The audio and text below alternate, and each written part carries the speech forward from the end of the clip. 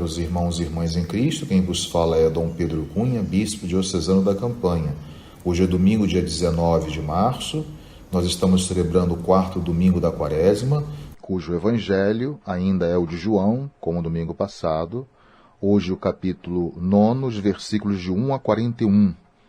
São evangelhos longos que nós estamos lendo durante esse ano, dedicado ao evangelista Mateus, o ano A, porém muito catequéticos, como são os trechos de São João que nós estamos meditando nesses domingos. Assim diz o Evangelho, alguns fragmentos que vou aqui reler. Caminhando, viu Jesus um cego de nascença, cuspiu no chão, fez um pouco de lodo com a saliva e com o lodo ungiu os olhos do cego. Depois lhe disse, vai, lava-te na piscina de Siloé. Este nome significa emissário ou enviado. O cego foi, lavou-se e voltou vendo. Então os vizinhos e aqueles que antes o tinham visto mendigar, perguntavam, não é este aquele que sentado mendigava? Respondiam alguns, é ele. Portanto, temos os fariseus que indagaram, este homem não é o enviado de Deus, pois não guarda o sábado. Jesus soube que o tinham expulsado e, havendo-o encontrado, perguntou-lhe, creis do Filho do Homem? Respondeu, quem é ele, Senhor, para que eu creia nele? Disse-lhe Jesus, tu o vês, é o mesmo que fala contigo.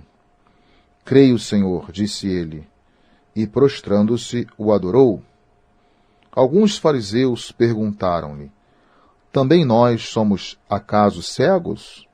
Respondeu-lhe Jesus, se fosses cegos, não terias pecado, mas agora pretendeis ver e o vosso coração persiste no pecado.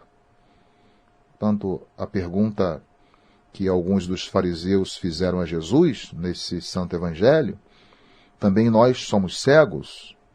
Pode ser aplicada a nós todos, essa pergunta fundamental no Santo Evangelho de hoje. Será que temos enxergado a ação de Deus em nossa vida por meio da maldição de sua palavra?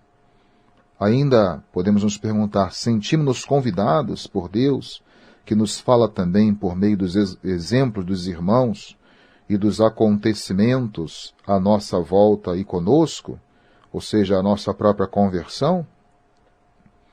Se não, qual será, portanto, o motivo da nossa cegueira, essa no sentido espiritual?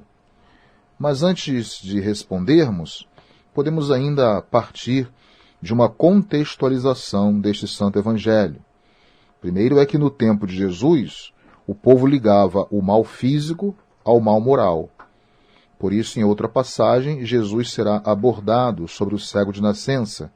Senhor, quem foi que pecou? Ele ou seus pais, para que nascesse assim? Então, se este homem é cego, é porque ele pecou, ou no mínimo foram seus pais que pecaram. Só que Jesus rompe com este preconceito. Isso é muito importante.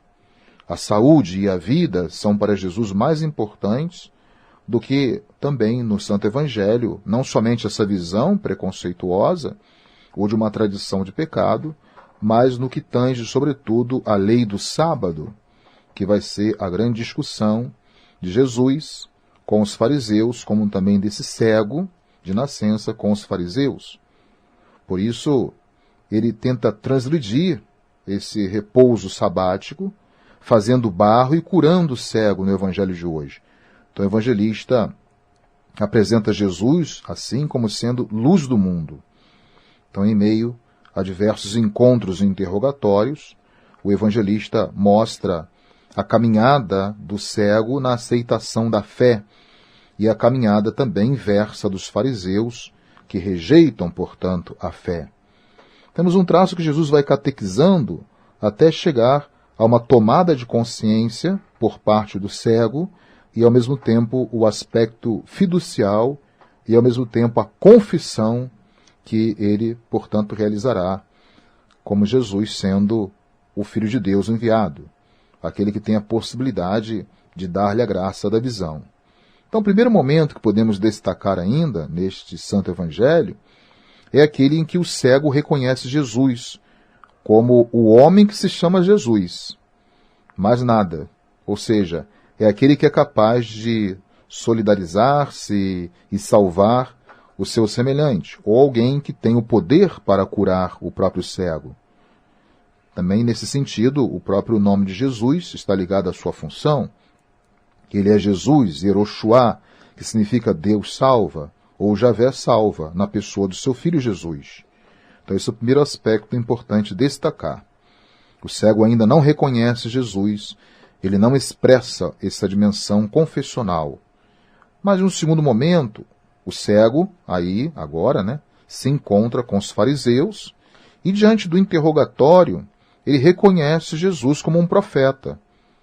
Então, aí já tem um segundo momento desse diálogo do cego com os fariseus, depois do encontro em que Jesus cura esse mesmo cego.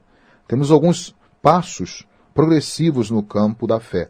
Por isso, o Evangelho de São João ele é muito catequético e muito utilizado, como falei também no domingo passado, dentro desse tema da luz.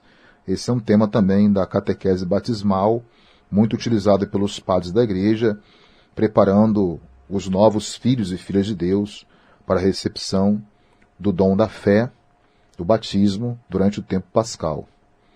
E aí, nesse segundo momento, em que ele fala que Jesus é um profeta, os fariseus vão interrogar o próprio cego.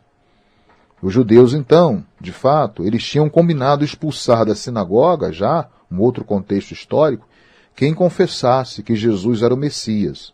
E aí nós vamos encontrar esses traços históricos, marcantes, dos versículos 18 a 23, desse mesmo Evangelho de João, no 9º capítulo que nós estamos meditando esse domingo. Um terceiro momento desse Evangelho tão catequético é que vai ser dado um novo encontro entre Jesus e não o cego, mas o ex-cego, porque ele já fora curado da cegueira por parte de Jesus. O segundo encontro. O primeiro, ele era cego. O segundo, agora, ele já consegue ver. Então, o ex-cego começou a enxergar algo novo. E, ao mesmo tempo, ele acaba ensinando, ou testemunhando a sua fé para as autoridades judaicas. E, ao mesmo tempo, ele confessa que Jesus vem de Deus. Aí podemos recordar, ele não é simplesmente um homem com o nome de Jesus, ele não é simplesmente um profeta, mas nesse terceiro momento temos a dimensão confessional de quem é verdadeiramente Jesus. Ele é o Filho enviado do Pai. Daí Jesus vir da parte do Pai, aquele que vem de Deus, os versículos 24 até o 34, nós temos essa dimensão confessional. Então, da fé também, o dom da fé, com muita clareza, aí o sentido de ver, Esse verbo ver no Evangelho de João, ele é muito rico de significado.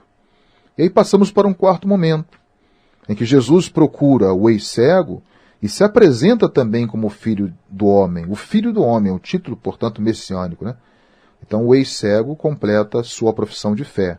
Ele não simplesmente diz que Jesus vem da parte de Deus, mas agora sim, ele confessa quem é propriamente Jesus.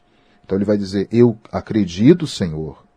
E aí ele faz não simplesmente uma dimensão confessional, a partir dessa autoafirmação de Jesus como Filho do Homem, mas também ele vai se ajoelhar diante de Jesus. E prostrando-se diante de Jesus, nesse contexto cultural e histórico, significa um gesto feito tão somente para Deus. Então ele reconhece a substância divina de Jesus, que Jesus, portanto, é o Filho do Homem, é o Filho do Pai enviado. Voltemos agora ainda ao tema dos fariseus. Os fariseus, portanto, eles afirmam que Jesus não pode vir de Deus, porque não guarda o sábado. Aí estamos numa dimensão primeira confessional, não somente a autoafirmação de Jesus como sendo Filho do Homem, como também do próprio cego, que diz que ele é o Senhor e se prostra diante de Jesus como sendo o Senhor, o Kyrios. Aí é importante destacar que é um título dado tão somente para Deus. Os fariseus, ao contrário, afirmam que Jesus não pode vir de Deus porque ele não guarda o sábado. Se fosse, portanto, o Filho de Deus, ele guardaria o sábado. Então nós temos aí, mais uma vez, o encontro de Jesus com os fariseus. E depois, então, mostram-se tão cegos, aí o tema da luz e cegueira, esse contraste que João gosta muito de sublinhar nesses textos que nós chamamos catequéticos, né?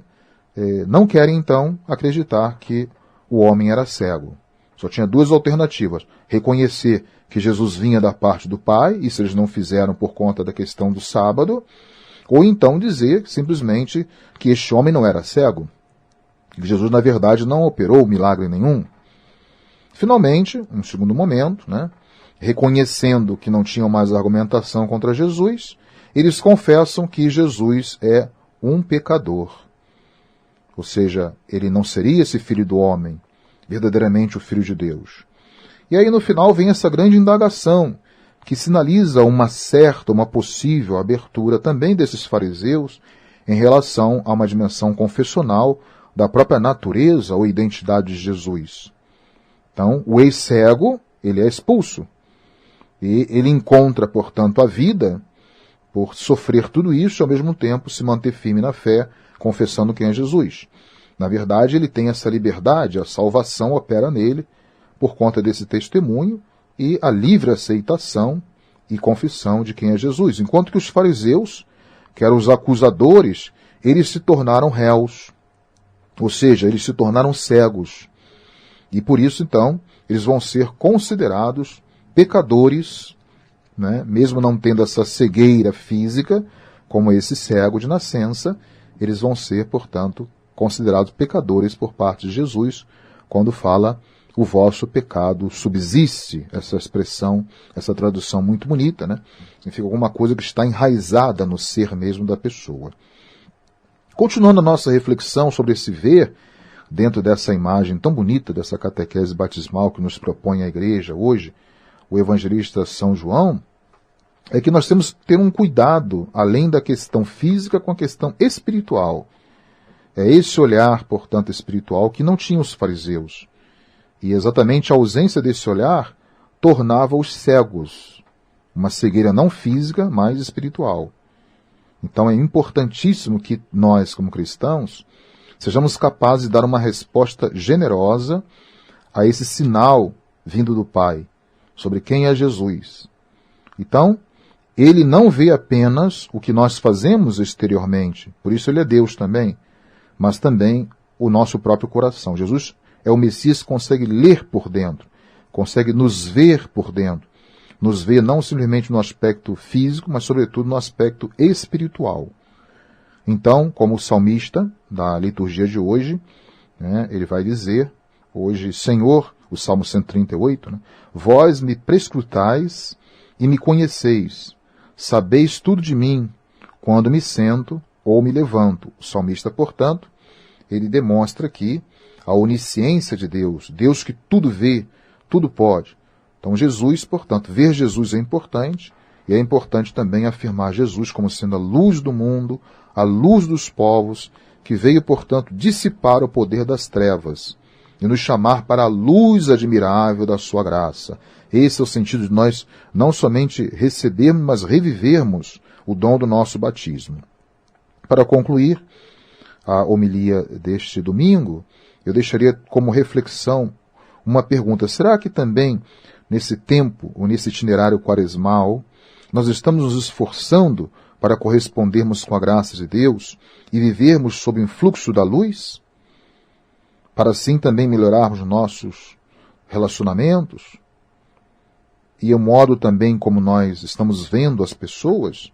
Será que estamos sendo luz para muitas pessoas que não têm aquela cegueira simplesmente física, mas muito mais do que essa espiritual? Ou será que nós temos ainda o coração petrificado, como esses fariseus, que não conseguem confessar e ver Jesus como Filho de Deus, e permanecemos assim em nossos pecados?